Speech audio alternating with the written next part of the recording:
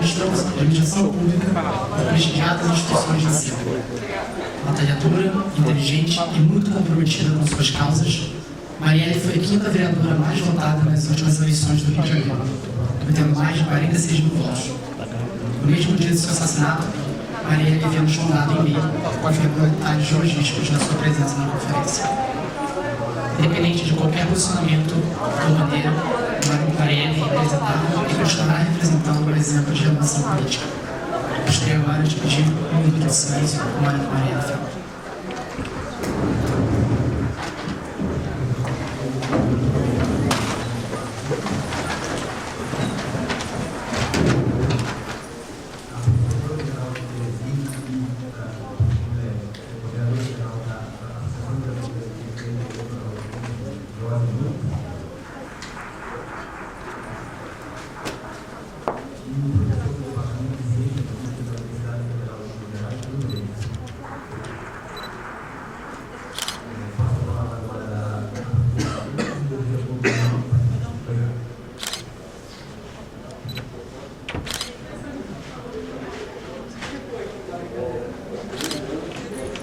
Muito obrigado. O painel de agora é sobre a relação política na política brasileira, que pode acontecer em 2018, esse ano tão importante para o nosso país. Iremos ouvir de pessoas que têm trabalhado forte para que a relação política aconteça e têm feito, através de seus movimentos, através de seus grupos, um papel muito importante para a gente. Áurea Carolina é cientista política, educadora popular e ativista de movimentos femininos, negros e juvenis da cidade. Foi eleita em 2016 vereadora em Belo Horizonte pelos Juntos PSOL, sendo a vereadora mais votada da história da cidade. Celso Ataíde é fundador da Central Única das Favelas, a CUFA, e da Favela Holding, a primeira hold social que se tem notícia. Atualmente é CEO de 21 empresas, todas com ações em favelas e periferias, e idealizador do Fundo de Favela Brasil.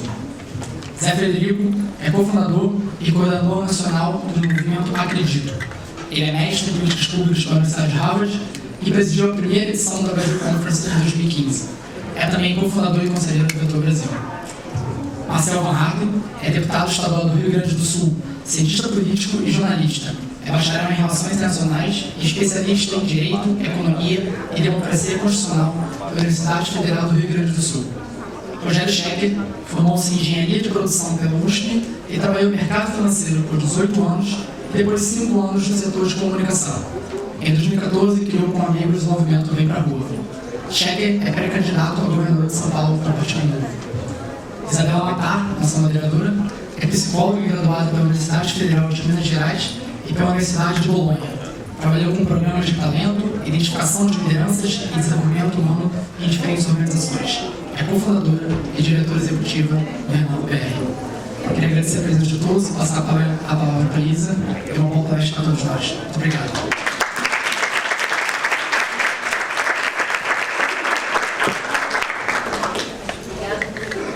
Está funcionando?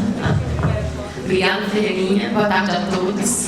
É um prazer enorme estar aqui hoje na MIT com todos vocês, dividindo a mesa com pessoas tão especiais, tão relevantes para a renovação política do nosso país. Então, obrigada a todos vocês pela presença. A dinâmica de hoje vai ser, a gente vai ter 8 minutos de apresentação para cada uma das pessoas da mesa. E em seguida a gente vai abrir para perguntas e debates com questões da plateia, questões de pessoas que estão nos assistindo online. E a gente então encerra com algumas palavras finais de cada um de vocês. Tá bom? Queria passar a palavra então para o Rogério Schecker. Por favor, Schecker, se pudesse apresentar, a gente segue nessa ordem. Obrigado, Isabela. Boa tarde. Obrigado, em primeiro lugar, à organização da Brasil Conference pelo convite. É uma honra estar aqui, é uma honra poder compartilhar ideias com quem está interessado em fazer o Brasil um país melhor. Deixa eu ir direto ao ponto. Eu enxergo, e eu acho que isso não é opinião só minha, que a democracia representativa no Brasil está falida. Não sou só eu que falo, é a população que sente. 93% das pessoas não se sente representada por seus representantes. 78% das pessoas se recusam a votar em 2018 em alguém que exerça mandato parlamentar.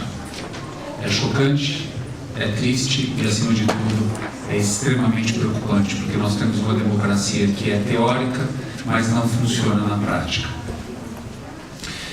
O que está por trás disso? Eleições no Brasil são caras, elas exigem muito dinheiro.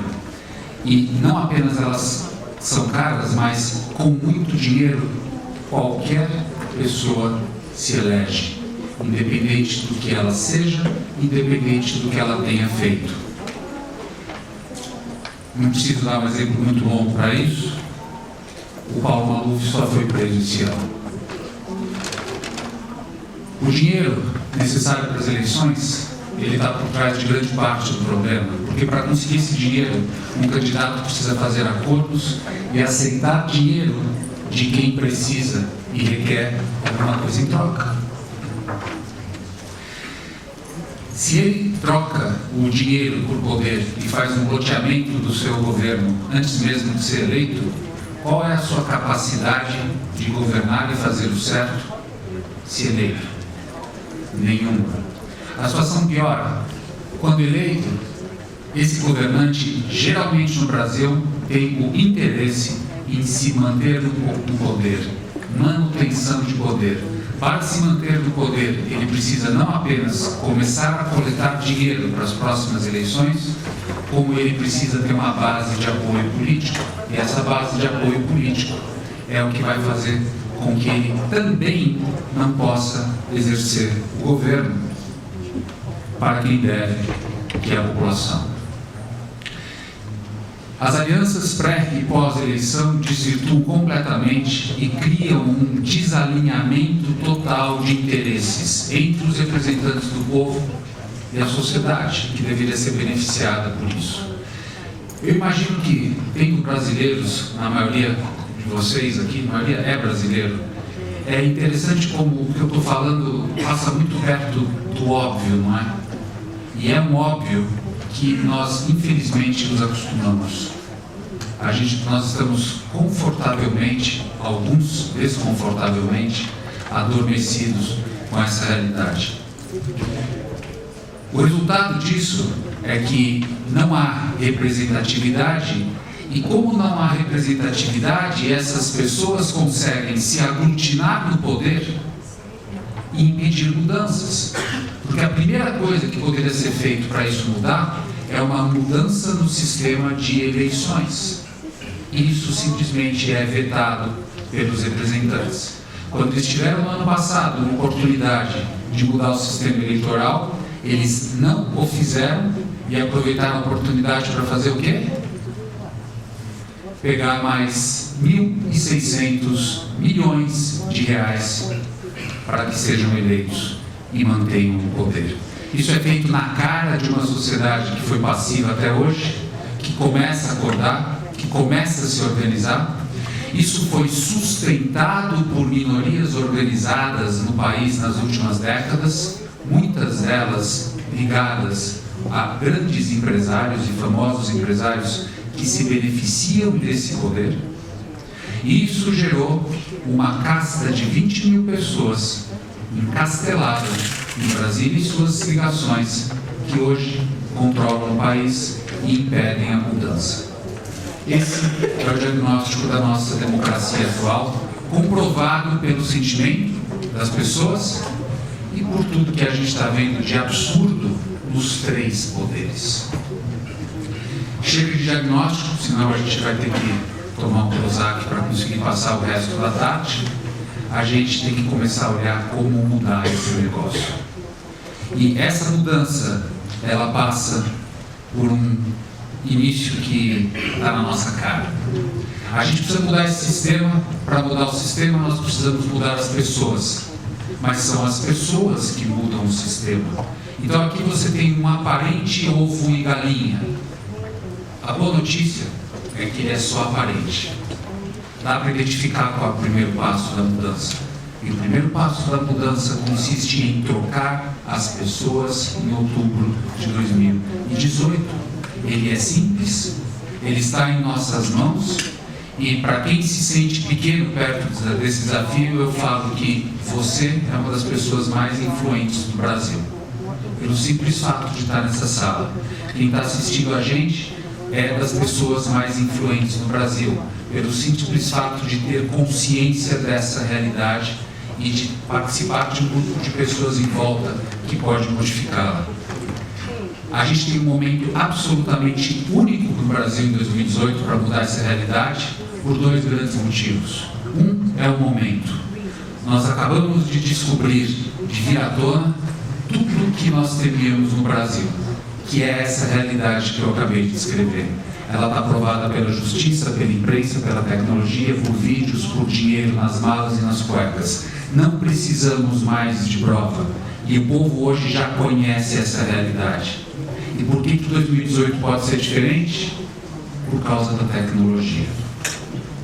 O que é possível fazer hoje, não é possível fazer há meros 2 anos atrás. A realidade de hoje é completamente diferente da realidade que a gente tem vindo. E é com isso que eu fecho. O Brasil tinha 20 milhões de usuários de WhatsApp há 4 anos nas últimas eleições. Hoje, são 120 milhões de usuários. Deixa eu fazer uma pergunta para vocês. Levanta a mão para mim quem há 4 anos, antes das eleições de 2014, tinha 2 coisas. Tinha o WhatsApp e tinha um grupo da família no WhatsApp, em abril de 2014. Levanta a mão, por favor. Então, para quem não está vendo, eu chutaria que é o quê? 5% da audiência, para quem está vendo daqui. Quem hoje tem o WhatsApp e tem um grupo da família no WhatsApp? Essa é a diferença que a gente tem no Brasil hoje. Essas ferramentas vão fazer com que a gente propague essas novas ideias, aumente a consciência do que está errado no Brasil e consiga atingir a vários grupos, várias classes econômicas, porque é inconcebível que a gente, ao saber do que está acontecendo no Brasil hoje, não empreenda essa mudança em outubro. É nesse momento que a gente pode começar a mudar o jogo. Se a gente consegue colocar 40 pessoas no Congresso, alguns cargos executivos esse ano, mostra para o Brasil o que é possível fazer em termos de gestão pública, coloca 100 pessoas em 2022, a gente muda o Brasil de trajetória. Para um país que está num desastre de política e de representatividade que a gente está, fazer essa transformação em 5 anos é algo possível e é algo que é da nossa responsabilidade. Muito obrigado.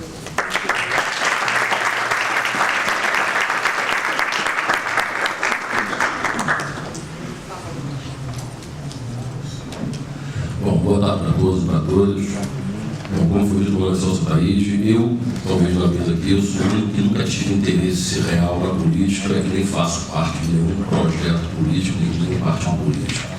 O que eu faço parte hoje, até o dia de hoje, dia 7, é que há 3 anos atrás eu comecei a mobilizar algumas pessoas pensando a partir do lugar de onde eu vim, de onde eu venho, que é da favela do Sapo, do Senador Camará, em que a gente nunca se via nos espaços de poder, espaço em que fossem privilegiados. Como esse aqui, por exemplo, um espaço de prestígio e tudo mais, eu vejo aqui o Douglas, o Belchior, vejo a companheira do lado e vejo o Marcelo como pessoas que me representam como negros, por exemplo. Então, como a minha bandeira tinha uma questão da etnia e do lugar da favela, onde a maioria são negros, cerca de 87%, eu veio da Baixada Fluminense do Rio de Janeiro, morei, meus pais eram alcoólatras, se separaram, eu tinha 6 anos de idade, e minha mãe então foi morar na rua, embaixo do viaduto de Madureira. Morei lá durante 6 anos, quando eu fiz 12 anos, eu fui morar no Abrigo, Padrão São Cristóvão, e depois, aos 14, fui morar na favela do Sapo. Aquilo que para as pessoas é um grande espaço de depressão e tragédia, para mim foi, na verdade, muito isso, um upgrade para mim. Ali eu não me reconhecia como negro, eu era apenas mais um marrom bombom, um moreno noturno, tentando fugir desse estigma, nunca tinha pensado sobre isso. O tempo passou, voltei para Madureira como camelô, me tornei empreendedor em Madureira, eu era sócio da Nike e da Adidas.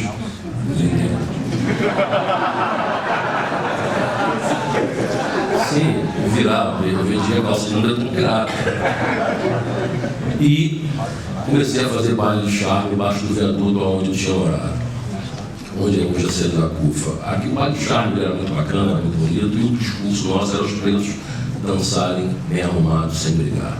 Para mim era um discurso muito light, eu não queria aquilo para mim, porque eu tinha aprendido com o traficante na favela do Sábio Camará sobre revolução. O cara, eu não sabia ler, eu tive um livro chamado Guerra e Paz, de Tolstói, que até hoje não consigo ler, eu tenho um livro. E eu comecei a ler o gibi do Batman para poder tentar ler o gibi, para poder tentar ler o livro, porque ele queria fazer a abolição para ser jovem para fazer esse livro e daria tiro na mão de quem não conseguisse responder a abolição.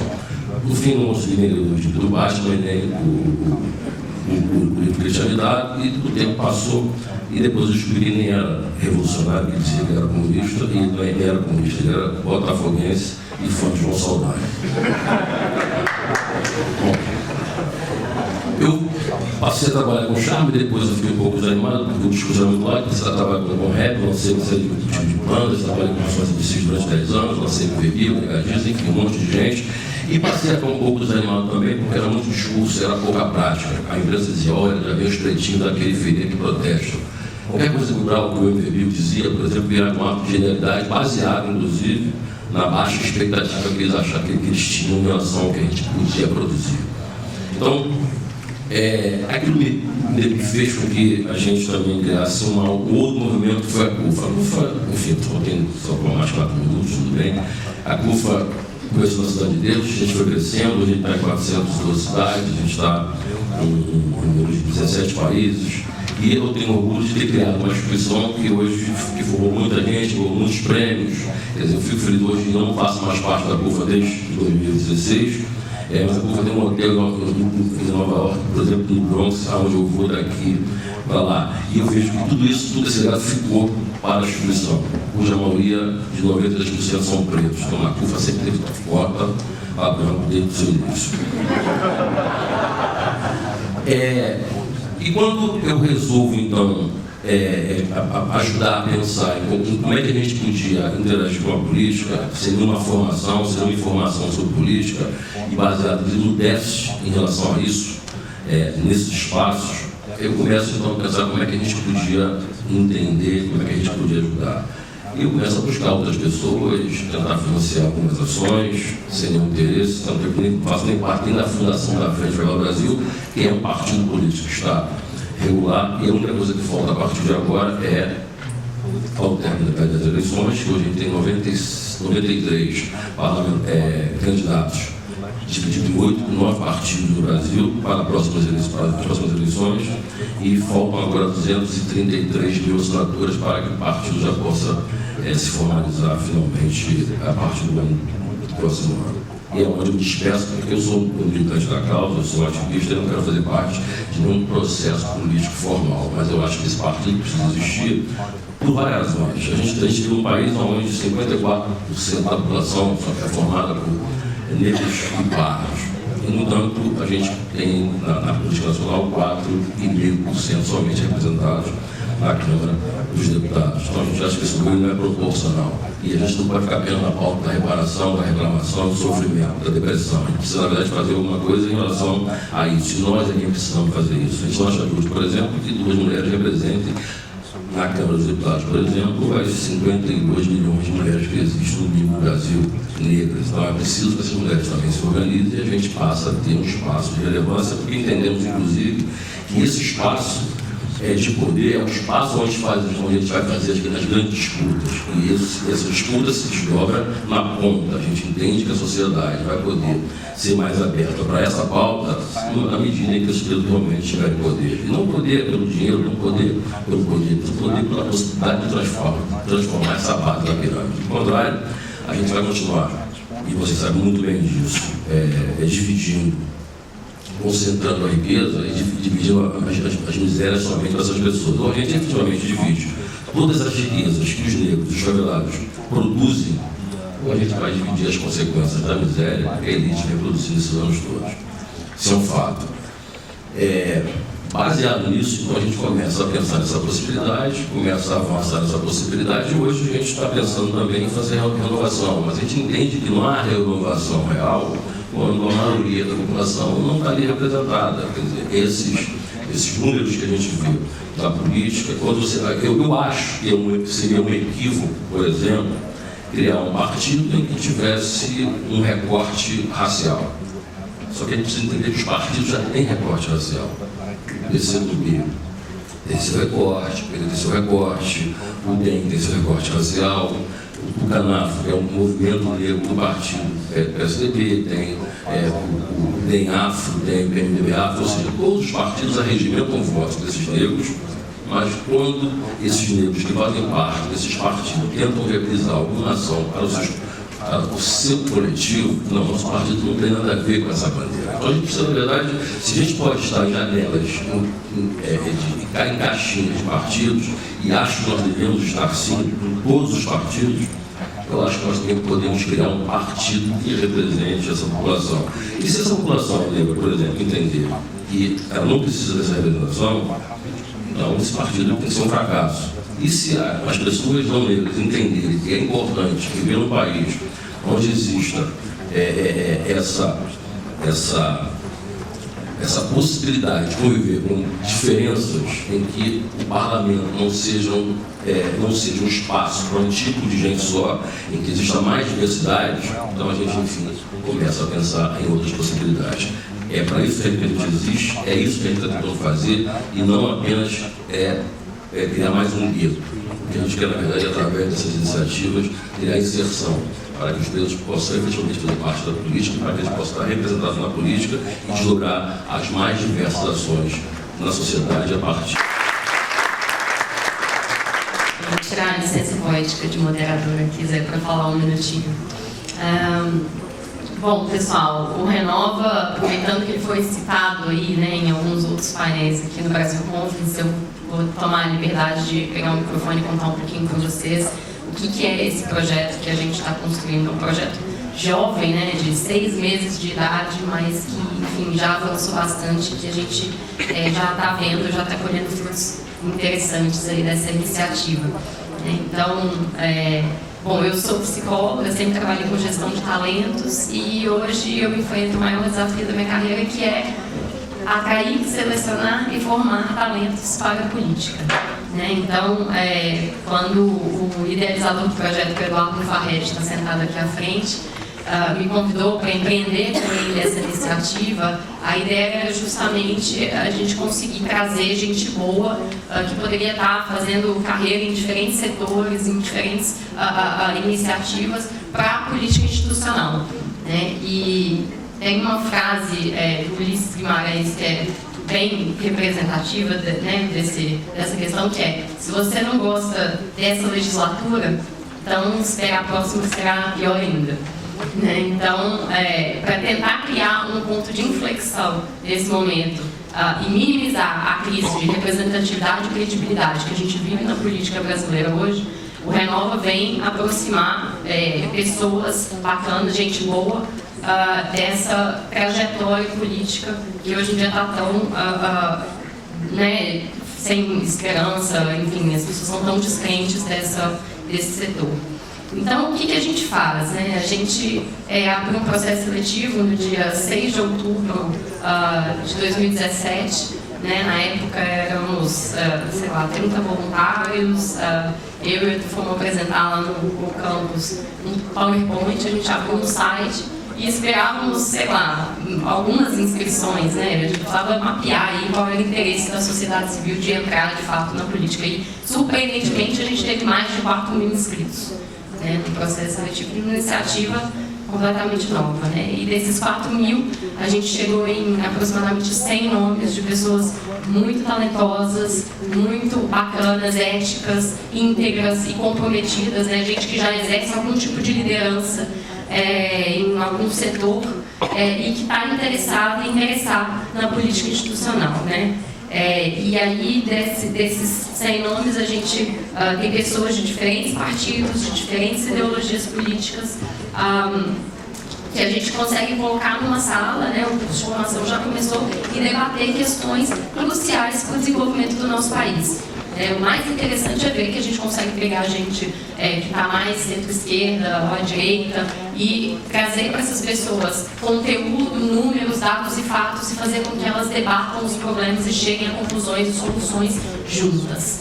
Então a gente trabalha muito a questão da convergência, a gente trabalha muito colocar o problema no centro ao invés da ideologia, né? Trazer ali, se juntar, se unir para de fato chegar em desenvolvimento e questões que a gente precisa caminhar no Congresso Nacional. Então a gente começou a nossa formação em janeiro, ela vai até julho, e eu deixo um convite para vocês aí conhecerem, enfim, essas pessoas que podem ou não sair candidatas em 2018, né? Muitas delas têm interesse em se candidatar já esse ano, mas o Renova é um projeto que a gente está vendo que também é para longo prazo, né? Tem muita gente na turma, desses mais de 100 líderes, que tem interesse em sair agora e gente que tem interesse em sair nas próximas eleições ou nas outras. Então, vale a pena vocês conhecerem essas pessoas, são pessoas do bem, éticas e comprometidas que estão precisando de apoio e suporte, tanto da nossa iniciativa do nosso lado, quanto da sociedade civil e de todos vocês que estão aí nos assistindo. Então, é um projeto que nasceu aí junto desse ecossistema efervescente de engajamento da sociedade na política. Vou passar a palavra para o Zé. Obrigada.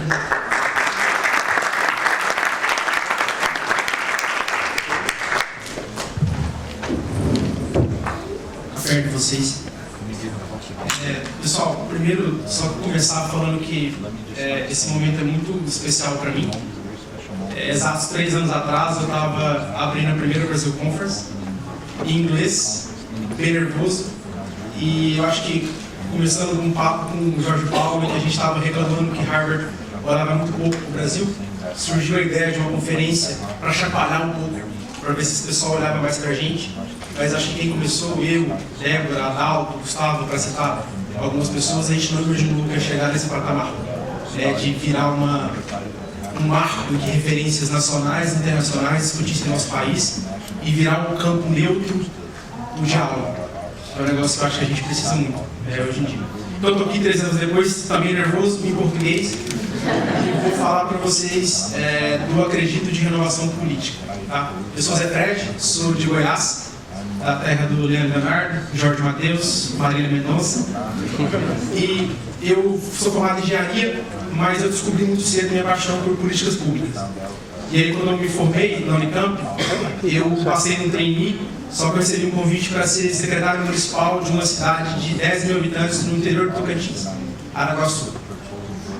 Eu fui para Araguaçu para ganhar mais ou menos metade do que eu ganharia em São Paulo, com a ideia de que se você fazer o que você gosta, o que você é apaixonado, de alguma forma, no fim, as coisas vão dar certo. Né? Vim para Harvard, eu conto essa história porque depois eu vim para cá fazer mestrado, estava na Falcone, confundi o Vetor Brasil com a Joyce, que hoje lidera brilhantemente, estava na Falcone até o ano passado e eu achei que era o momento de sair de novo para começar o Acredito, né? Que é um movimento de renovação política nacional e suprapartidário. E o movimento nasceu, eu acho que um sentimento que possivelmente vocês também tinham e têm, um pouco que já foi abordado. Acho que em 2013 a gente foi para as ruas, começou lá pelos 20 centavos, mas tinha um pano de fundo de uma crise de representação. A gente não se sentia representado pelo governo, pela política. Em 2015, a gente ficou cada um do lado do muro, literal, em Brasília, durante o impeachment, e naquele domingo a gente assistiu à votação, e aí eu acho que vocês podem concordar ou discordar do voto, mas foi muito difícil concordar com os argumentos. Então a gente olhou para aquilo lá e falou, poxa, numa democracia o Congresso devia ser o espelho da sociedade. Só que a imagem que a gente viu no espelho, a gente não se identificou muito com ela. E aí o movimento nasceu com o primeiro desafio, que era como transformar essa indignação em ação política. A gente escreveu um texto para a Folha de São Paulo, chamado Carta a uma Geração. A gente reconhecia os ganhos que a geração passada trouxe, mas acha que agora era o momento de uma nova geração entrar. Um segundo desafio que o movimento tentou trabalhar era como é que a gente virava a página dessa polarização vertical, sabe? A gente acha que isso teve sua utilidade em algum momento da história, mas assim, por que eu preciso escolher algumas coisas? Eu não posso achar que o Brasil é muito desigual e ele não é justo por ser muito desigual, a gente deveria resolver isso e ao mesmo tempo achar que a economia tem que ser aberta, competitiva, empreendedora. Eu não posso acreditar em diversidade e ao mesmo tempo acreditar em liberdades individuais. Por que eu tenho que escolher Estado grande e Estado mínimo? Eu não posso pensar no Estado que você faz política pública baseada em evidência e respeito ao contexto. Então, a nossa segunda pergunta é essa. Talvez você tenha que comprar esse pacote ideológico de esquerda e direita esteja um pouco ultrapassado. Talvez esses termos da Revolução Francesa me expliquem também em 2018. E o terceiro ponto, que em relação a isso, é que tipo de renovação. Né?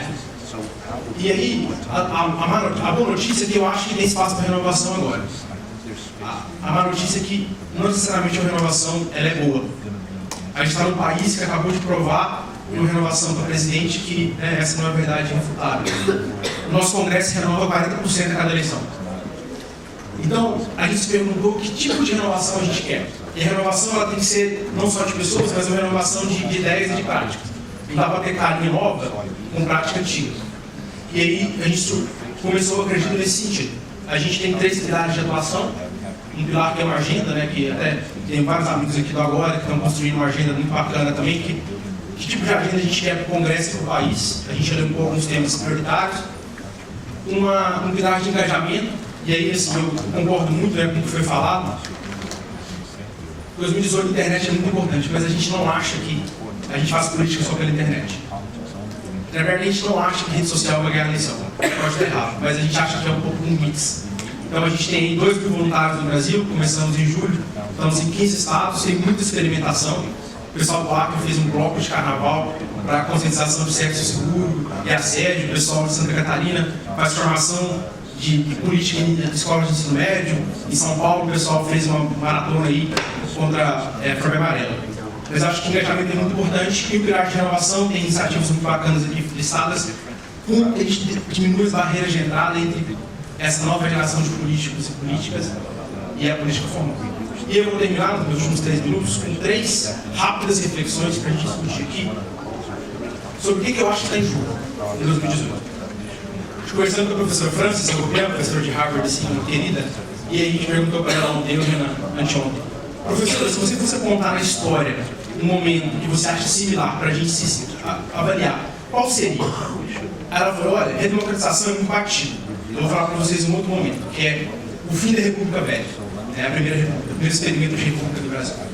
Você tinha uma classe média, você tinha uma sociedade que estava descontente com os coronéis, descontente com como a coisa era feita, teve uma mudança, 7 anos, poucos anos depois, a gente teve uma ditadura. Por que eu falo isso? Porque a gente não pode deixar retroceder nesses espaços de mudança. Então a gente tem que reforçar os valores democráticos e pode parecer meio óbvio, meio batido, mas isso nunca tem cheque. Acho que não custa a gente reforçar, tá? Essa democracia nossa. O segundo ponto que está em jogo tem a ver com o engajamento. Eu estou achando muito legal porque quase todos os painéis as pessoas são desafiadas a se candidatarem aqui. Né? Esse é um negócio muito bacana. E aí eu faço uma crítica construtiva à geração, depois da geração que derrubou a ditadura, que foi uma geração que foi tocar sua vida no Brasil. Foi tocar sua vida no mercado, foi tocar sua vida no terceiro setor. E quando ela olhou de volta para a política, levou um susto. Não vamos deixar isso acontecer de novo. Você pode se engajar se candidatando, você pode se engajar participando de movimentos, você pode se engajar doando para candidato, você pode se engajar tirando uma semana de férias, esse é o meu desafio, para vocês participarem de uma campanha na qual vocês acreditam. E o terceiro ponto tem a ver com o pessoal pergunta se isso vai dar certo ou não. Né? O pessoal pergunta sempre, Zé, legal, você é rico, você vai ser candidato? E aí eu falo, não, eu não sou. Mas assim, olhando para essas pelo menos iniciativas que eu fiz parte, como o Vetor Brasil, a Brasil Conference, quando você tem uma galera que dedica suas carreiras, gente boa não é só quem estudou, não, gente boa tem gente boa no Brasil. Se você dedica sua carreira para resolver um grande problema, se a gente fizer isso enquanto sociedade, é muito difícil a coisa dar errado. É muito difícil a coisa dar errado. Então, acho que o último ponto para reflexão é que isso é possível. Né? A gente, de verdade, acredita muito. Então, eu espero que vocês também acreditem.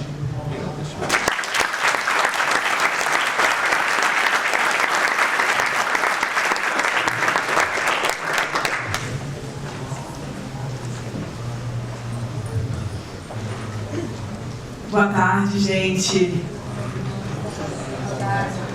A temporada anda barra pesada para nós que sofremos na pele o sentido da democracia jamais alcançada no nosso país.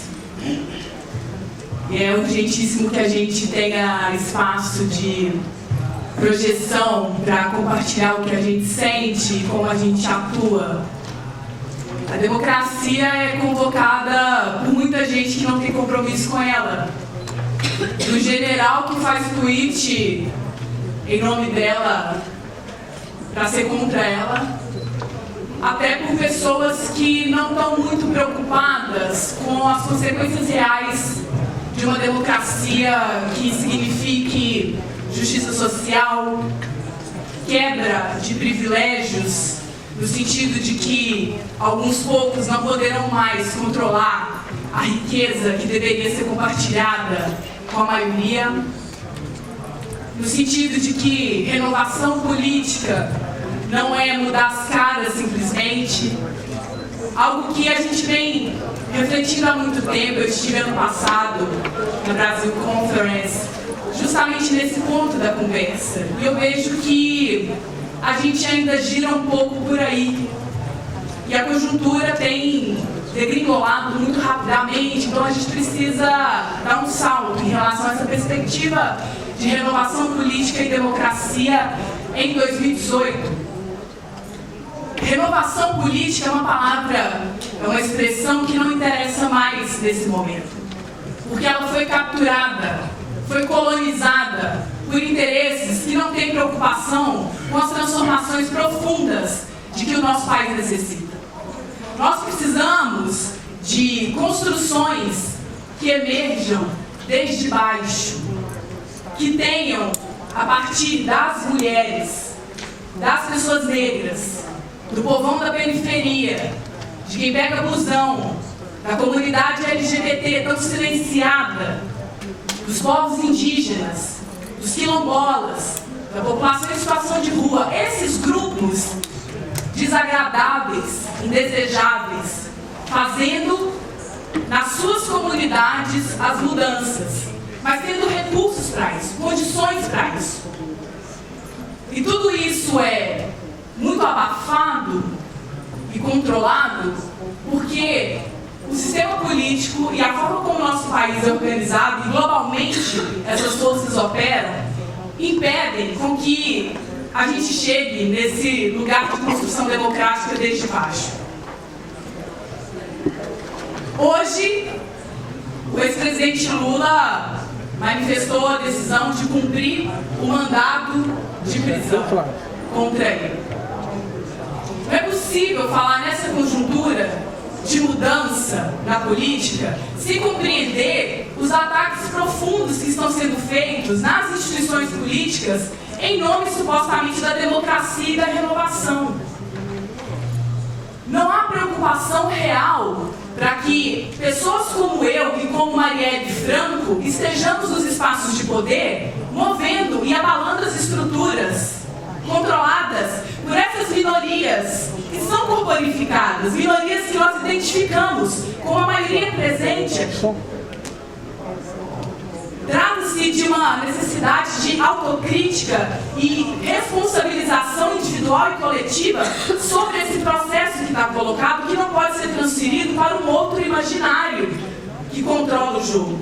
Este outro imaginário está aqui presentificado. E essa responsabilização precisa ser colocada não como um discurso, mas como uma dedicação generosa, efetiva, de colocar recursos à disposição, de colocar práticas à disposição, de ao chegar nos espaços de poder, virar a chave. Não acreditando que nós estamos fazendo um debate neutro. Hoje pela manhã nós ouvimos o presidente do Banco Central falar de uma política neutra, técnica. Mais auto-engano é impossível neste momento. Não há política neutra, não há política técnica. Há tomada de posição em qualquer lugar em que estejamos. E também na Brasil Conference, a distribuição desigual das salas, das perspectivas que são colocadas neste espaço, não é neutra. não é ocasional. E é isso que precisa ser desnudado. No ano passado eu saí e fiz uma reflexão sobre a aparência da democracia, que é aqui colocada como teste real do evento. Quando a gente encontra, tirando as aparências, quem de fato quer que a maioria do povão tenha uma renda digna e faz isso acontecer. Quando a gente vê que a maioria aqui pode ou não se comprometer com a chegada das mulheres para quebrar a estrutura patriarcal, para que a nossa fala não seja diminuída ou secundarizada, para que a população negra seja a maioria de poder, para que eu não tenha que enterrar mais um jovem negro como eu enterrei essa semana na minha cidade, em Belo Horizonte. Enterrei um jovem negro, filho de uma irmã da cultura hip hop, uma lutadora, um adolescente de 17 anos que foi sacrificado na guerra genocida desse modelo proibicionista de drogas, que diz um modelo repressivo de segurança pública, que diz um sistema econômico global financiarizado, que diz dos saberes que são dominantes neste espaço. Marielle Franco lutou contra tudo isso. Ela não era uma carinha nova na política. Marielle era um corpo, um espírito dedicado a essas lutas que vêm de baixo, essas lutas que essa minoria política corporificada, que nós podemos identificar, ela não é um espírito, essa minoria política não permite florescer como deveria. E eu estou aqui hoje na ingrata tarefa de substituir Marielle Franco, minha irmã de caminhada.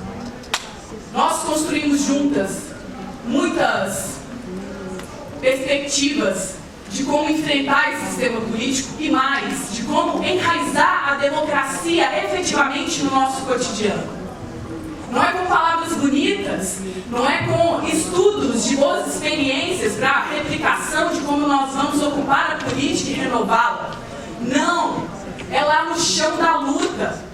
É por quem não tem a dignidade garantida por esses que estão aqui com ideias bonitas, mas que não estão dispostos a perder os seus privilégios. A entrega hoje do presidente Lula significa um aprofundamento dessa situação, porque as instituições políticas descelam, para quem quiser ver, a farsa antidemocrática. Isso que na periferia a gente vive desde sempre, agora vai atingir outros setores, com uma aceleração muito preocupante. E ninguém vai ficar salvo. Não há paz social com a maioria sofrendo. Não há paz social enquanto a gente ficar enterrando jovem negro em nome dessa guerra insana. Não há paz social para os brancos ricos privilegiados. Essa consciência histórica, ética, amorosa, profunda, precisa de alguma forma entrar no coração de cada uma de nós. Muito obrigada.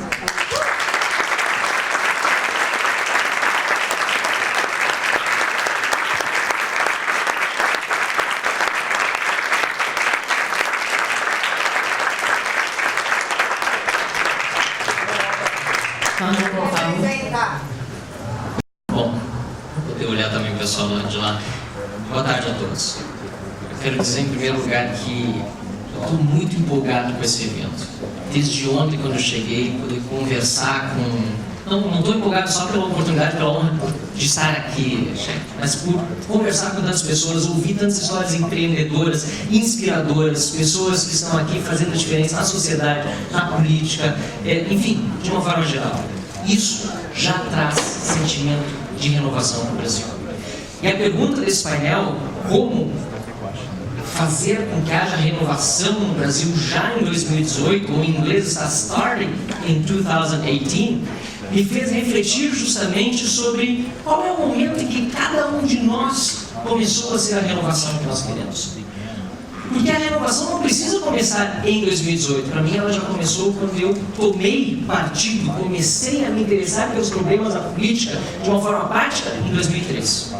Quando eu decidi me filiar a um partido político, entrar na política, concorrer a vereador, porque eu era e sou filho de empreendedores, oprimidos por um Estado burocrático, corrupto e incompetente, porque eu via na vida real como jornalista, acompanhando as sessões da Câmara de Vereadores na época, com 17 anos de idade, como um sistema clientelista, patrimonialista, arcaico, faz mal para o Brasil, Celso. E como nós precisamos achar uma forma de combater isso.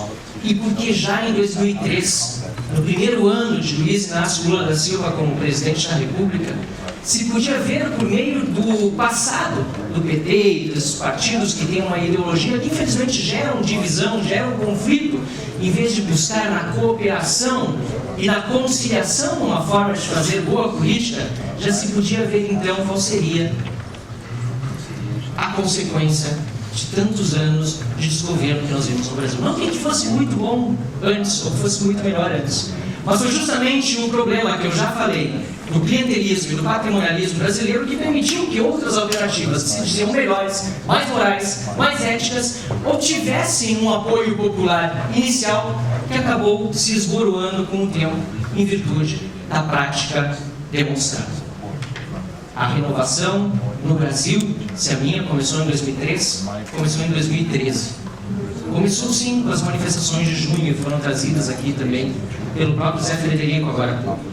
Começaram ali muitas manifestações de brasileiros indignados pelos 20 centavos, mas muito mais do que pelos 20 centavos. Indignados com o modelo que estava posto, com os políticos que não representam, com o fato de que estávamos como país organizando e sediando uma Copa do Mundo padrão FIFA, enquanto os serviços básicos não eram padrão FIFA. Essas reflexões fizeram os brasileiros, por meio das redes sociais, fazer a sua diferença depois nas ruas. Convocações das redes sociais, aliás, eu fui lá no grupo de WhatsApp da minha família, foi criado em 29 de junho de 2013. Talvez seja até revelador daquela situação.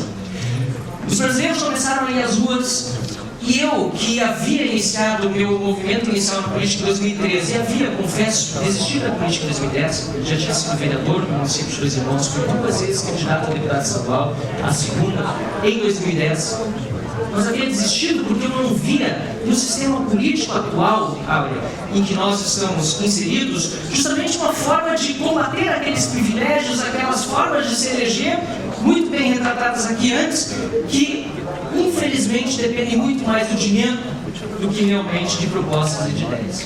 Mas foi junho de 2013, com toda a indignação das pessoas, com toda a movimentação brasileira, com pessoas confusas também indo às ruas, porque umas pediam passe livre, outras pediam menos impostos, e algumas levantaram cartazes, algumas elas mesmas levantavam cartazes ao mesmo tempo pedindo passe livre e menos impostos, um cartaz em cada mão, o que realmente não faz sentido. Havia uma confusão muito grande sobre qual era o problema. Mas aqui vem o centro da minha manifestação inicial. O grande problema que nós temos no país, em qualquer lugar do mundo, é que nós precisamos sempre enfrentar, e por isso é tão importante o trabalho que o Reinaldo Berg está fazendo de formação, o problema da falta de valores, o problema da falta de convicção sobre o que é aquilo que deu certo em tantos países do mundo que nós admiramos, como é o caso dos Estados Unidos, que tem essas instituições de ensino como Harvard e MIT. Não fosse assim, não seriam tão concorridas, tão prestigiadas e tão buscadas por brasileiros brilhantes como os que estão sentados aqui hoje. Quais foram os valores que fundaram as principais democracias constitucionais, representativas, liberais, ou seja, democracias que respeitam as liberdades do cidadão, liberdades individuais, com responsabilidade, que acabaram fazendo com que esses países fossem admirados e possam ser, sim, copiados em muitos aspectos. O que é bom, a gente copia. O que não é bom, a gente ignora. A gente busca não repetir. Essas reflexões lá em junho de 2013 e no decorrer da campanha eleitoral me levaram a uma cadeira na Assembleia Legislativa. Uma campanha com voluntários, com ideias. Se eu tinha feito 14 mil votos em 2010 como candidato a deputado estadual, em 2014 cheguei aos 35.345 votos, garantindo a primeira suplência do meu partido e depois a ascensão à Assembleia Legislativa. Graças a um trabalho de busca de voluntários, de pessoas físicas que fizeram doação do seu tempo, algumas do seu dinheiro, todas com as suas contribuições de ideias e que representava aquilo que eu já pensava lá atrás quando eu concorri pela primeira vez como candidato a vereador. O Estado, o governo, muitas vezes, não é a solução. Na maior parte das vezes, ele é o problema. Depois daquilo, da minha eleição para a Assembleia Legislativa, ocorreu também, aliás, concomitantemente, quase, né, no segundo turno, a reeleição de Dilma Rousseff. E aí ficou mais claro para o brasileiro onde estava o verdadeiro problema. Um governo inepto, incompetente, corrupto, que se revelou em praticamente todas as suas atitudes, sobretudo a partir da reeleição de Dilma Rousseff, um tremendo desastre. E fez com que houvesse um pedido popular, sim, de impeachment de uma presidenta da República. Foi um pedido das ruas, foi um pedido do povo. Tanto foi um pedido do povo, e portanto não foi golpe, que depois desse pedido do povo foi revelado de uma forma cabal nas eleições municipais, quando o partido que estava representado anteriormente no poder em Brasília caiu da 3ª posição para o 10º nas eleições por meio das urnas. Mais do que isso, a própria Fundação Perseu Abramo, do Partido dos Trabalhadores, demonstrou uma pesquisa que justamente o morador da periferia entendia que o grande problema era o governo e não uma suposta luta de classe. Aliás, que o grande fator para o sucesso pessoal está justamente no esforço, está justamente nas conquistas que individualmente nós fazemos e que também nos traz a cada um de nós aqui hoje. Não está na vitimização, está no protagonismo de cada um de nós. E é isso que nós precisamos em 2018. Protagonismo individual para chegarmos a um bom resultado coletivo. Eu escolhi o Partido Novo por isso. Porque o Novo representa aquilo que eu mais acredito na teoria e faz na prática. Não vai usar o fundo partidário, não vai usar o fundo eleitoral. Pede que seus representantes cortem custos e eu já abri mão de vários privilégios na Assembleia Legislativa. Não recebo o aumento salarial que foi aprovado antes mesmo de eu assumir. Cortei todas as diárias do gabinete, não utilizando nenhuma, e mais 70% dos custos. Falo isso não para receber aplausos, mas principalmente para que cada um de nós, que somos protagonistas, façamos a reflexão. Se cada um de vocês estivesse no meu lugar nessa situação, faria a mesma coisa? Esta é a pergunta que os brasileiros precisam fazer neste momento para ser a mudança. E eu tive a oportunidade, sim, como muitos aqui, de estudar no exterior. Quando eu desisti da política em 2010, fui para a Holanda, fiz um mestrado em ciência política, já tinha estudado em Georgetown e fiz um segundo mestrado na Dinamarca em jornalismo. Com bolsa, fiquei muito feliz, muito contente. Feliz mesmo por estar vivendo em países onde se respeitavam as liberdades individuais, países verdadeiramente democráticos. Mas, sinceramente, como vocês todos sabem que estão aqui, aqueles não eram os meus países. O meu país é o Brasil. Eu não quero viver em outro país. Eu quero viver em outro Brasil. Um Brasil verdadeiramente próspero, democrático e livre. Obrigado.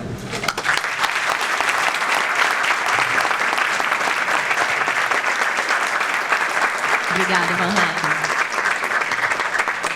Bom, eu consigo ver por que me convidaram para mediar esse painel, né? Eu acho que eu estou acostumada a mediar debates entre diferenças dentro do Renova, então agradeço novamente o convite. Aproveitando que temos uma mesa tão diversa, com visões diferentes e, enfim, posicionamentos diferentes, eu queria retomar um pouco a frase do Zé Fred, que é muito que a gente debate também no Renova, que é: a renovação, ela passa não somente pela renovação de quadros, mas principalmente pela renovação de práticas, né? Visto que somos aqui pessoas diferentes, mas que temos um mesmo desejo, uma mesma visão, que é renovar a política brasileira, o que significa essa renovação de práticas para vocês? O que esse conceito de renovação traz para cada um de vocês e aonde que está a diferença de cada um no que tange a práticas políticas, o que vocês vislumbram no futuro do Brasil? Quem quiser. Desculpa, só, pessoal, enquanto a gente vai responder, por favor, vão mandando as perguntas que vocês tiverem pelo aplicativo, que eu vou também mediando aqui e capturando algumas, tá bom?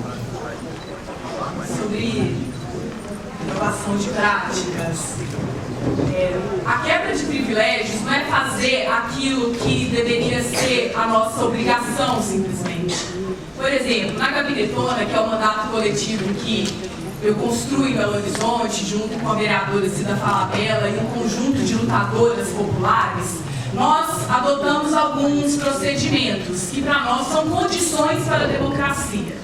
Nós destinamos parte dos nossos salários para iniciativas sociais e culturais, nós fazemos bom uso dos recursos públicos, nós construímos uma equipe diversa, representativa, que é formada em sua maioria por mulheres, pessoas negras, uma presença grande de pessoas LGBTs, moradoras de ocupações urbanas pelo direito à moradia. Isso para nós é o ponto básico, sabe, Marcelo? Assim, isso deveria ser de fato assimilado e ser tomado como um princípio democrático por todas as pessoas. Por isso a gente não deve colocar muito peso nessa obrigação política. Agora, a quebra de privilégios real, que eu acho que é um salto, que tipo de política nós defendemos? Os primeiros projetos de lei da Gabinetona foram sobre direitos de povos e comunidades tradicionais, terreiros, congados, manifestações populares que são negligenciados pelas políticas públicas. Vocês sabem que existe o direito constitucional de isenção de IPTU para todas as igrejas, todas as religiões. No entanto, em Belo Horizonte, as religiões de matriz afro-brasileira não acessavam esse direito, porque a regulamentação municipal é restritiva, discriminatória. E nós construímos projetos de lei em parceria com as comunidades afetadas para mudar essa realidade em Belo Horizonte. Isso, para mim, é transformar as práticas. Isso é quebrar privilégios. E, no mais, a superfície das formas de como nós fazemos isso, denunciando a ostentação no uso dos recursos públicos, isso é o patamar da civilidade, né? Eu acho que isso aqui deve ser a régua mínima que todas nós deveríamos adotar. É isso. Muito obrigada. Obrigada, Alvin. A gente assistiu antes daqui uma palestra fascinante do Ray Dalio, e que escreveu um livro que eu já li e recomendo muito para todos. E logo no começo do livro, na primeira metade, ele fala que ele acredita que os eleitores merecem conhecer os princípios das pessoas em quem eles vão votar.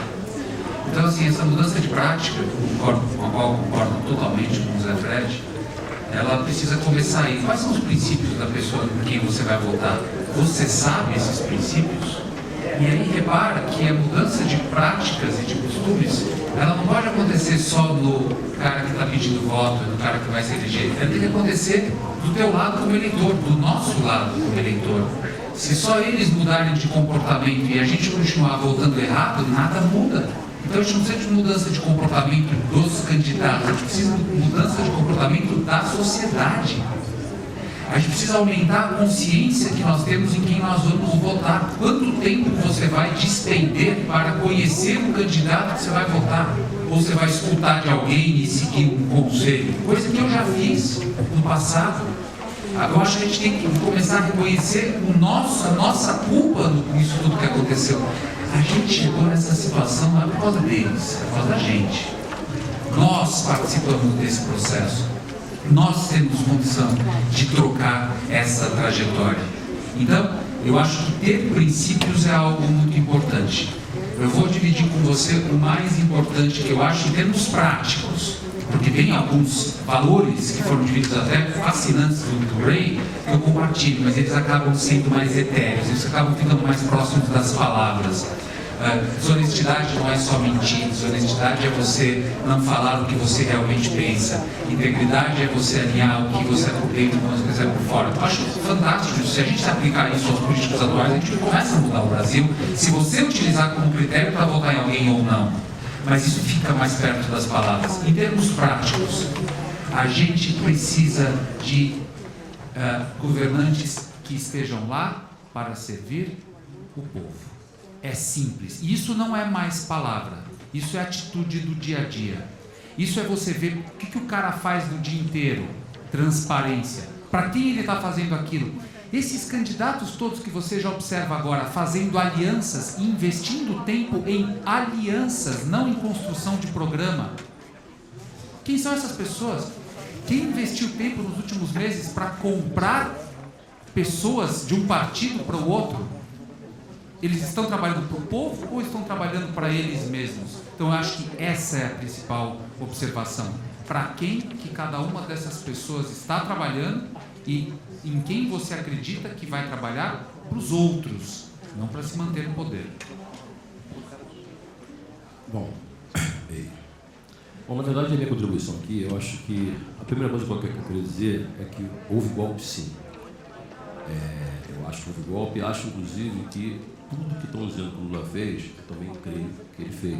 O que eu não acho justo é que o Lula não participe do processo eleitoral e o Alckmin, por exemplo, seja candidato. Então, eu acho que há uma grande inversão no sentido em que estão punindo alguns. E os outros, essas mesmas manifestações, não estão buscando ou perseguindo essas pessoas que estão por aí. Outra questão em relação à meritocracia, eu acho realmente que a gente está falando a mesma coisa aqui, eu acho que todo mundo está nessa mesa quer as mesmas coisas, quer viver no país, sem corrupção, com ética e tudo mais. E não acho que todo mundo quer isso. Porém, a gente vive num país em que há pouco tempo o racismo era a política oficial do governo. Isso faz com que hoje a gente tenha duas sociedades, aqueles que são descendentes de escravos e aqueles que são descendentes de outros, que podem ter sido escravos ou não. O meu filho hoje estuda na London School, tem 22 anos. Eu não fiz faculdade, não me formei, nem na escola formal fui. E ele pode hoje roncar para todo mundo e dizer que a meritocracia faz com que ele esteja na London School. Negativo. Meritocracia para muitas pessoas é apenas um ato um fator de sorte por ter nascido numa família com privilégios, com possibilidades e ele teve oportunidade. Não se pode falar de meritocracia quando as oportunidades não são iguais para todo mundo.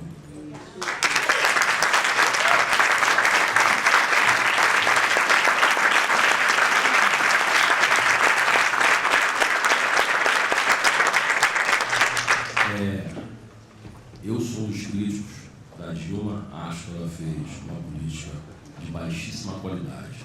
Mas para quem tem a intenção de se tornar um parlamentar aqui, é preciso lembrar que não se faz política nesse país com centrões da vida, que ao mesmo Temer, sendo do partido que ele está governando na base da chantagem. Então você imagina a Dilma governar com o Cunha contra ela. Se o Cunha fosse inimigo do Temer e ele estivesse no poder hoje, ele estava preso há muito tempo. Isso é um mundo real. E por fim, eu queria agradecer a presença, que eu não tinha visto, fiz a saudação, a Belena Silva, querida.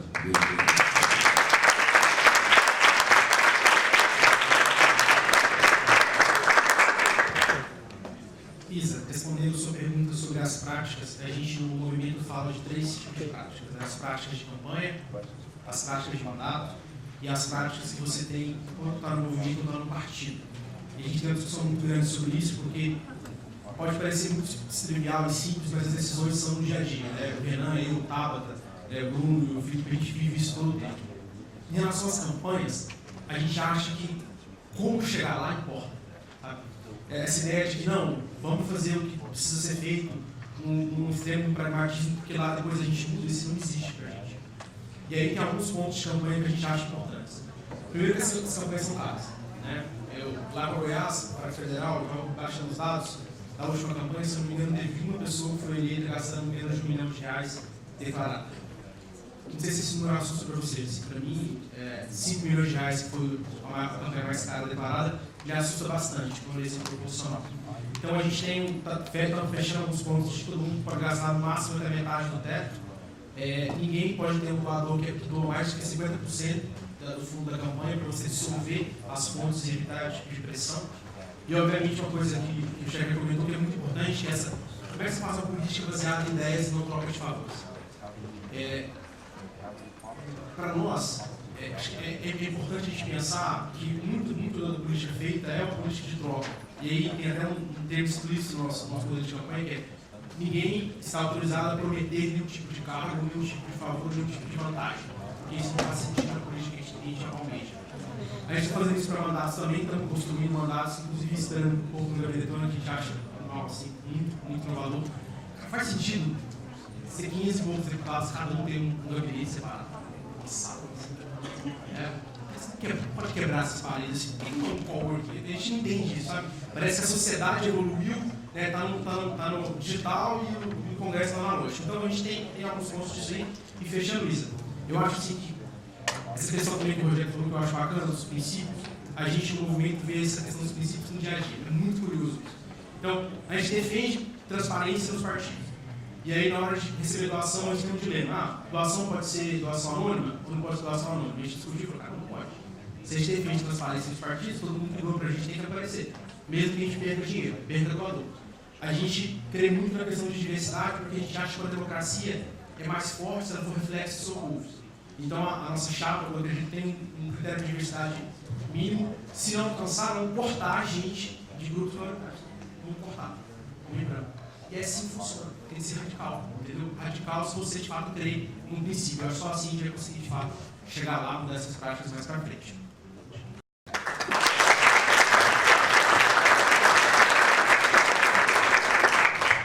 São alguns breves comentários, já foi dito bastante coisa aqui, mas talvez me surpreendam que eu concorde muito mais do que discorde em muitos casos. A questão dos privilégios, eu concordo, a igualdade de oportunidade tem que ser para todos. Só que a igualdade de oportunidade tem que ser para todos, disponível a todos, justamente uma igualdade de oportunidade sobre o império da lei, sobre o outro, sobre o mesmo ponto de partida que todos precisam ter. E para ter o mesmo ponto de partida, nós precisamos nos perguntar quem foi que, em primeiro lugar, criou os privilégios que hoje em dia existem. Não foi justamente o governo, justamente os mesmos políticos a quem muitas vezes nós recorremos para corrigir esses privilégios? Será que eles são dignos da nossa confiança para corrigir os problemas que eles mesmos criaram para nós? Por isso, a solução precisa estar na redução do tamanho do Estado. Não é possível um Estado com 40% do PIB achando que com 1% a mais vai resolver os problemas. Em muitos casos não é a falta de recursos. A educação é caso claro disso. O Brasil investe em educação proporcionalmente ao seu PIB muito mais do que vários países desenvolvidos. Isso não significa que nós estamos melhorando a educação ou que estamos lidando mal com o problema da educação em virtude dos recursos, mas é a qualidade de como é feita essa administração e quem capturou o ensino, sobretudo público, no Brasil. E aí voltamos à questão do corporativismo, dos sindicatos, enfim, daqueles que têm muito mais compromisso ideológico e partidário do que compromisso com a qualidade do ensino e, portanto, com a finalidade das suas profissões e das suas atuações. Eu acho importante também que quem está na política passe a cortar os seus próprios privilégios. Eu citei alguns deles, inclusive, na minha fala, que eu, como praxe, tomei durante o meu período parlamentar. E, da mesma forma, como partidos, creio eu que todos precisem dar exemplo. O Partido Novo, repito, está fazendo isso. Abre mão já de utilizar o dinheiro do fundo partidário, não vai utilizar dinheiro do fundo eleitoral. Todos os filiados do Partido Novo precisam ter ficha limpa. E no momento que uma nova pessoa se filia, durante 3 dias o processo fica em análise para que qualquer afiliado, se quiser, possa impugnar esse pedido de filiação. É uma forma de controle interno. E todo filiado contribui para o partido mensalmente. R$ 28. Ou seja, está participando de um partido de uma forma que, infelizmente, não se pode participar no Brasil e quase nenhum outro partido, porque o sistema funciona de cima para baixo. O sistema impede isso no momento em que diz que um partido político, para ser formado, precisa de centenas de milhares de assinaturas, precisa de autorização estatal e automaticamente vai ter acesso ao dinheiro do fundo partidário, que é o pecado original do sistema partidário. Isso inibe as pessoas de participarem da política, porque nós não temos a liberdade individual no Brasil de iniciar desde baixo, se quiséssemos, por exemplo, um partido local. Não é o número de partidos. Muitas pessoas acham que nós temos partidos demais no Brasil. Nós temos partidos demais em Brasília, no parlamento. No Brasil, infelizmente, temos pouquíssimos partidos com os quais nós podemos dizer com isso nós concordamos. E, para o final, quando se fala em privilégios, eu não acho que nós possamos privilegiar um em detrimento do outro. Eu não sou do partido do Temer, eu não votei no Temer, não sou do partido do Alckmin, não sou do partido do Lula, nem do partido da Dilma. Só acho que quando uma pessoa é declaradamente pela justiça corrupta, condenada em primeira e segunda instância, o Supremo Tribunal Federal, ainda em votação majoritária, decide que não tem habeas corpus, ele precisa respeitar o Estado de Direito e precisa levar a cabo.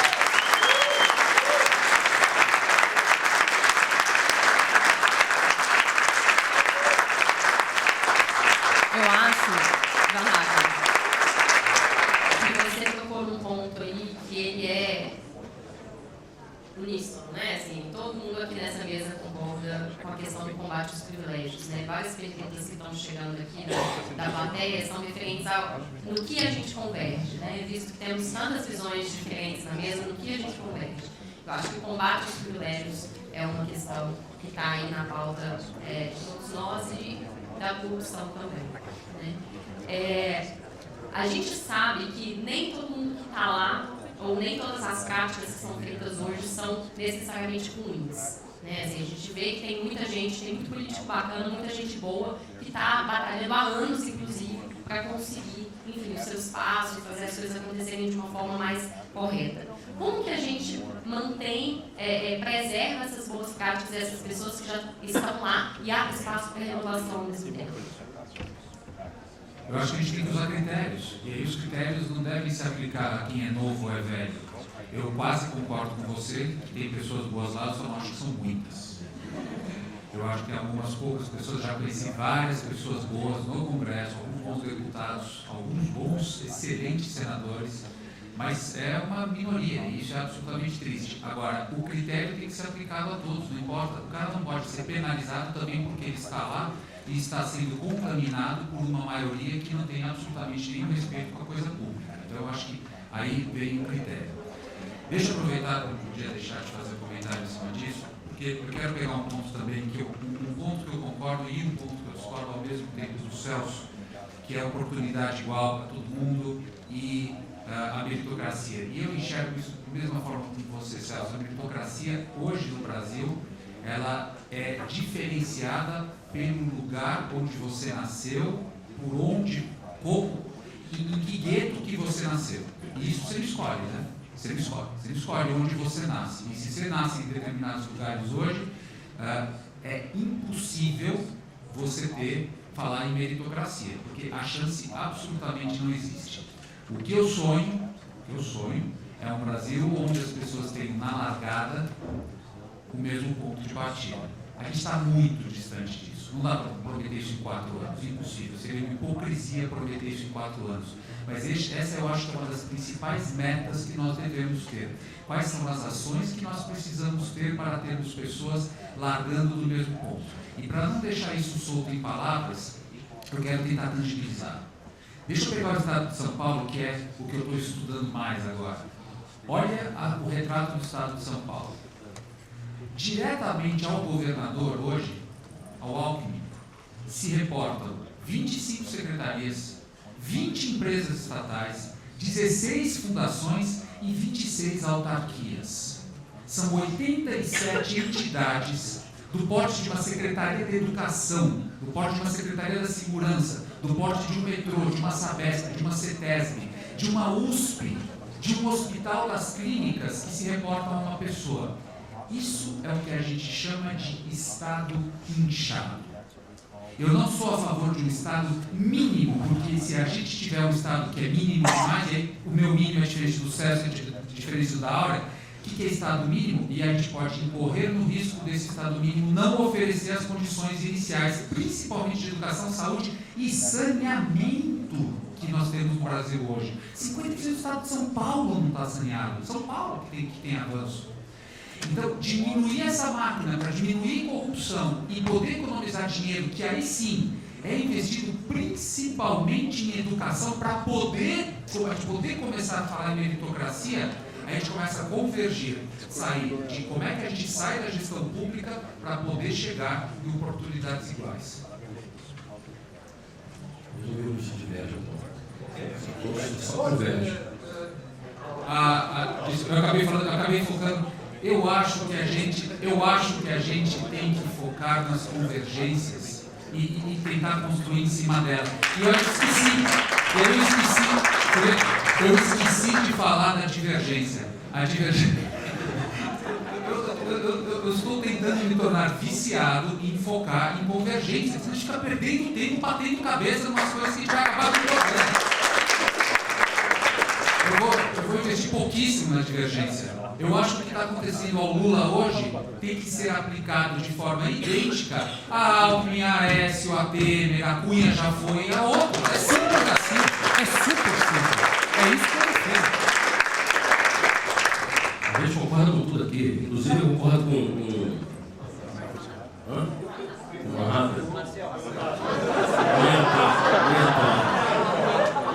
Acho, inclusive, que a política, na verdade, é a forma mais racional, infelizmente, de se fazer a política de privilégio está baseada nisso. Inclusive, até quando você diz que ele tem que ser preso porque foi julgado, condenado em 20ª instância, concordo, obviamente que sim.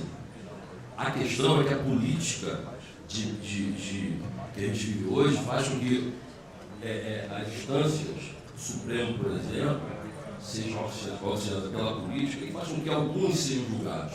Porque senão a gente fica aqui achando que fulano foi condenado e é justo. Então é diferente dos outros. Mas só é diferente porque a forma como as coisas são conduzidas mira alguém e abandona os outros. Em relação ao Estado mínimo e Estado máximo, em que a favela nem discute isso, na verdade, e é preciso que ela discuta mais, o Estado mínimo já está na favela desde sempre.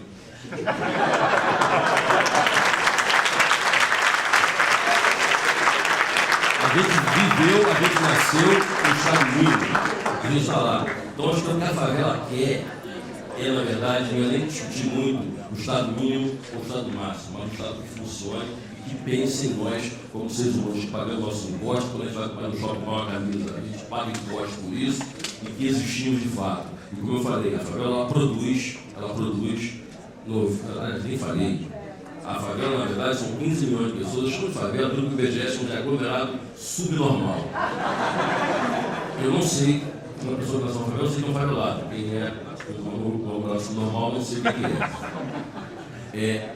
E mesmo assim, a Rocinha, Cidade de Deus, por exemplo, não são aglomerados subnormais. Então, essas favelas não estão nesse número. Isso significa dizer que no Brasil inteiro, um outro número significativo de favelas também não estão nesse número. Estou mesmo considerando esse número do IBGE, que são 15 milhões de pessoas, as favelas elas produzem hoje 87 bilhões ano.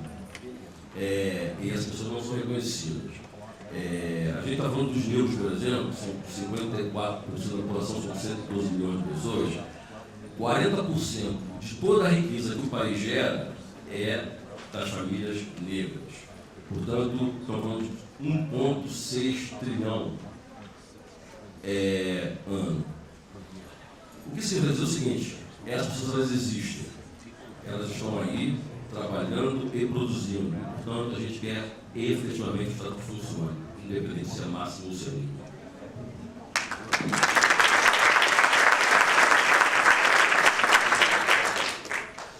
Primeiro, sobre a pergunta das pessoas que estão na política. E aí a gente concorda muito com vocês. Tem gente muito boa, viu? Tem gente boa. Eu conheço pessoalmente, acho que cada um teve seus heróis ainda na Câmara, e acho que o grande ponto da Câmara e do Executivo, embora reduziram em média de tamanho e em grandeza, mas eles e elas existem, tá? O nosso ponto talvez seja que para 2018 as pessoas que estão já na política, estão nos partidos, em geral têm mais condições.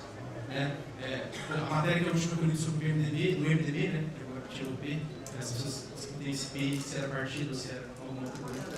Mas a discussão foi que todos os deputados hoje do MDB vão receber, que querem ir para a reeleição, vão receber 2,5 milhões, que é o máximo, o teto para a federal. Então, assim, o que nós estamos buscando, por exemplo, pessoas que não têm mandato e ajudar essas pessoas, porque na igualdade de oportunidades, essas pessoas vão ter menos chance no jogo político. É isso, acho que isso que o Renova também está fazendo, talvez seja essa a razão, mas tem que ter um certo cuidado, a gente não pode ser desonesto, intelectualmente desonesto com o legado que foi feito, que tem que estar aí para vir. A gente, no movimento, a gente quer muito pensar em 10 anos, e nas outras eleições a gente quer trabalhar com pessoas que têm mandato. 2020, a gente tem uma oportunidade muito grande de a gente tentar reinventar o papel de vereador no Brasil, por exemplo, e por aí vai, tá? Sobre a questão da convergência, na verdade, cara, muita convergência, né? Acho que quebra de privilégios total, não vou nem entrar nos detalhes. Acho que essa meritocracia 2.0, o termo que a Joyce cunha, que eu acho que não é você tem que pagar no mesmo ponto de partida. A gente acha que tem que ter condições mínimas, tem que ter uma rede de condições mínimas, porque por uma questão de dignidade, mas tem que partir do mesmo ponto de partida, com certeza. E aí, finalizando, assim, cara, o embate é importante. Eu acho assim, não vamos falar que a polarização foi sempre ruim, não. Eu acho que ela foi importante ao longo da história. Se não houvesse embate, muitas das lutas, muitos dos direitos não teriam vindo. O que a gente acha é que hoje, talvez, para esse tipo de renovação, a gente escolheu ir para um negócio que é menos do que nos difere, né? E como o Lula fala, mais do que nos une. Então, é uma escolha estratégica, tá? A gente respeita quem vai pelo outro lado. A gente acha que é um momento que depois de tanta polarização faz sentido a gente se unir. Bom, eu quero começar sobre esse comentário da mudança de nome dos partidos. Eu tenho chamado isso, partido se mudando de nome, de maquiagem de defunto. Pode até ficar mais bonito, mas não ressuscita o morto. Porque não é por aí que se renova. Né? É a vontade de, por meio do marketing, achar que vai parecer que os partidos antigos, tradicionais, vão melhorar da noite para o dia. Não é assim que se faz. Agora, como o Celso disse, assim como o nosso movimento liberal, tem muitas pessoas entrando em vários partidos, tem que se renovar com ideias e com posturas e atitudes dos partidos já existentes. E, obviamente, também, como no caso do meu e do Checa, que nós estávamos, aliás, no Partido Novo, quando fomos convidados a vir aqui, hoje os dois estamos no Partido Novo, há também alternativas novas que demonstram que é possível fazer na prática uma atividade partidária diferente. Em relação ao tamanho do Estado, eu não uso, e talvez os liberais da sala vão até estranhar, eu não uso o conceito de Estado mínimo nas minhas falas, nunca uso, porque a discussão não é entre Estado mínimo e máximo, eu concordo com o Celso, a discussão é entre Estado presente e Estado ausente. O Estado está ausente em muitas favelas, e justamente está ausente para muitas pessoas que não têm condições de regularizar seu negócio, por exemplo, e ganhar em escala. A gente sabe que é uma produção muito grande em todos os locais em que há relações humanas e em que há livre mercado. É claro que há produção de riqueza, mas é necessário que o Estado permita de uma forma barata que as pessoas se formalizem. Hoje, criar uma empresa no Brasil, agora melhorou nos últimos tempos, mas ainda assim é um suplício. Na Holanda, quando eu morei lá, abri minha empresa em meia hora. No Brasil, eu levei quase 4 meses. É um absurdo.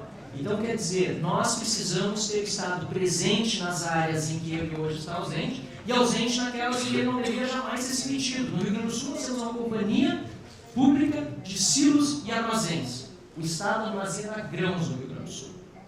Nós temos uma gráfica pública chamada Corag, que é verdade, nós fechamos o Parlamento por meio de projeto de lei recentemente, mas ainda está em trâmite por causa de toda a pressão sindical, lei trabalhista, etc. E o Estado continua, portanto, tendo uma gráfica pública, enquanto não tem dinheiro suficiente para equipar as nossas forças policiais, investir mais em perícia, enfim, cuidar da segurança pública, que é o básico do Estado, porque sem segurança pública não tem sentido o Estado existir. Por que existe o Estado? Vamos para os contratualistas da ciência política, para garantir os nossos direitos à vida, as nossas propriedades, obviamente, aquelas conquistadas de uma forma honesta e decente, não roubando, e as nossas liberdades. Se o Estado não está aí para nos garantir segurança pública, para que nós temos o Estado? E para concluir, eu estou achando muito bacana essa discussão aqui, porque esse debate da polarização eu até acho falacioso, porque durante muito tempo nós ficamos muito quietos. Não falacioso de que esteja acontecendo agora, você está muito certo no diagnóstico, a polarização foi durante período, mas a polarização foi necessária para que ocorra uma pluralização, porque antes havia um monopólio, só uns falavam e a sociedade brasileira ficava quieta, ouvindo, calada. Chega de opressão, passamos pela polarização e agora a pluralização para o debate de ideias e para encontrar as convergências. Obrigado.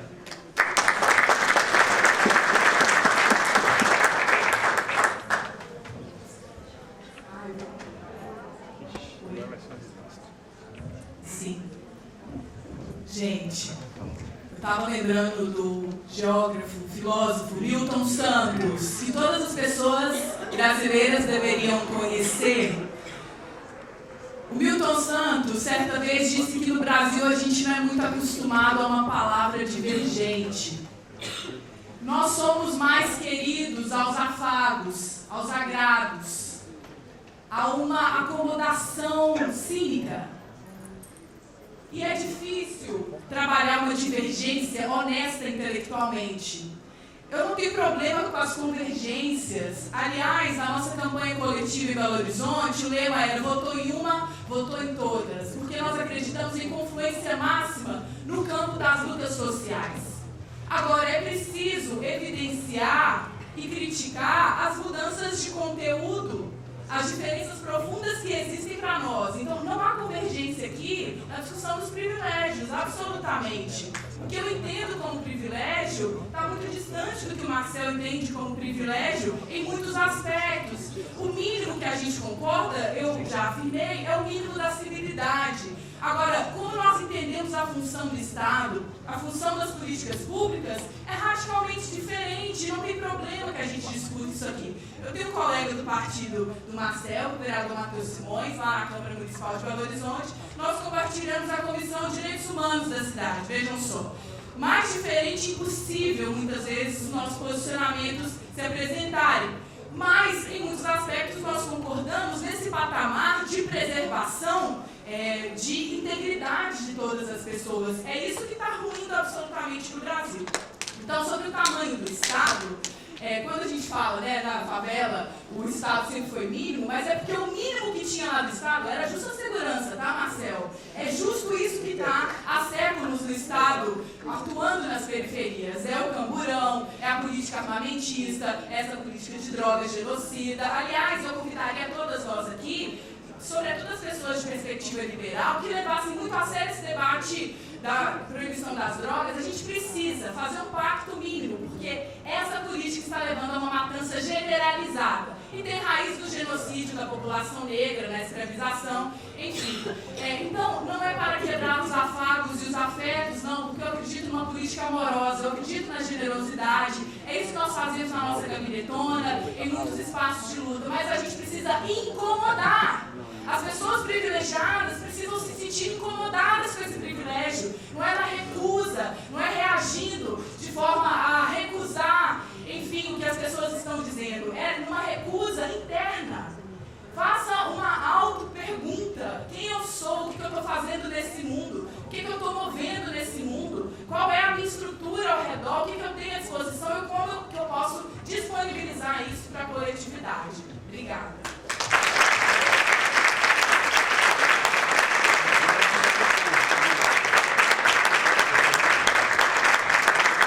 Bom, pessoal, eu poderia ficar aqui mais umas 2 horas conversando com essa mesa brilhante, interessantíssima, mas infelizmente a gente precisa, né, finalizar. O Ferreirinha já está puxando minha orelha ali.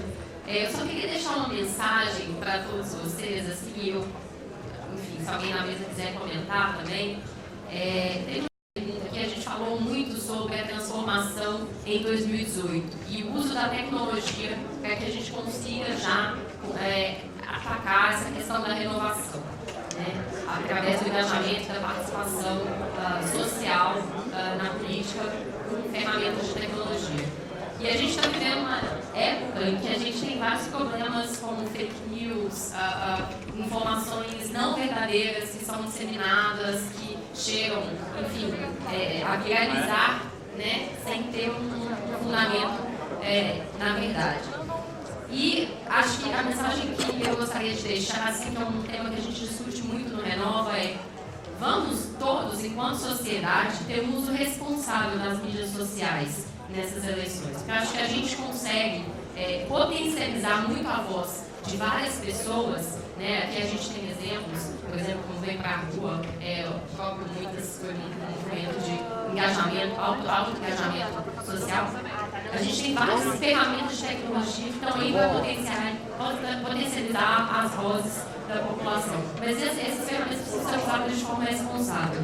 Então, vamos sempre verificar a veracidade dos fatos, vamos sempre ler, buscar fontes de informação que tenham legitimidade no que elas estão dizendo e vamos nos educar para a gente usar a internet a nosso favor em termos de autoeducação.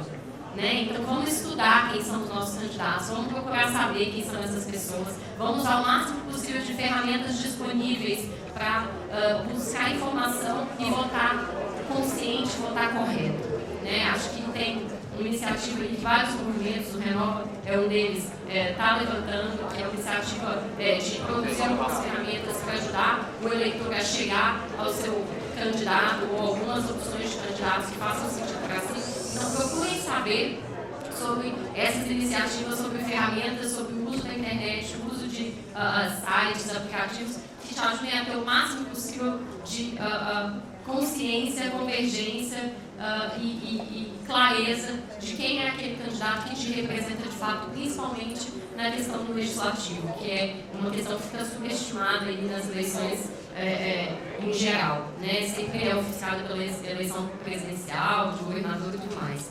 Então, se eu pudesse deixar uma última mensagem aí para todos vocês, seria essa: vamos votar com muita consciência, porque essas eleições são muito, muito relevantes para o nosso país.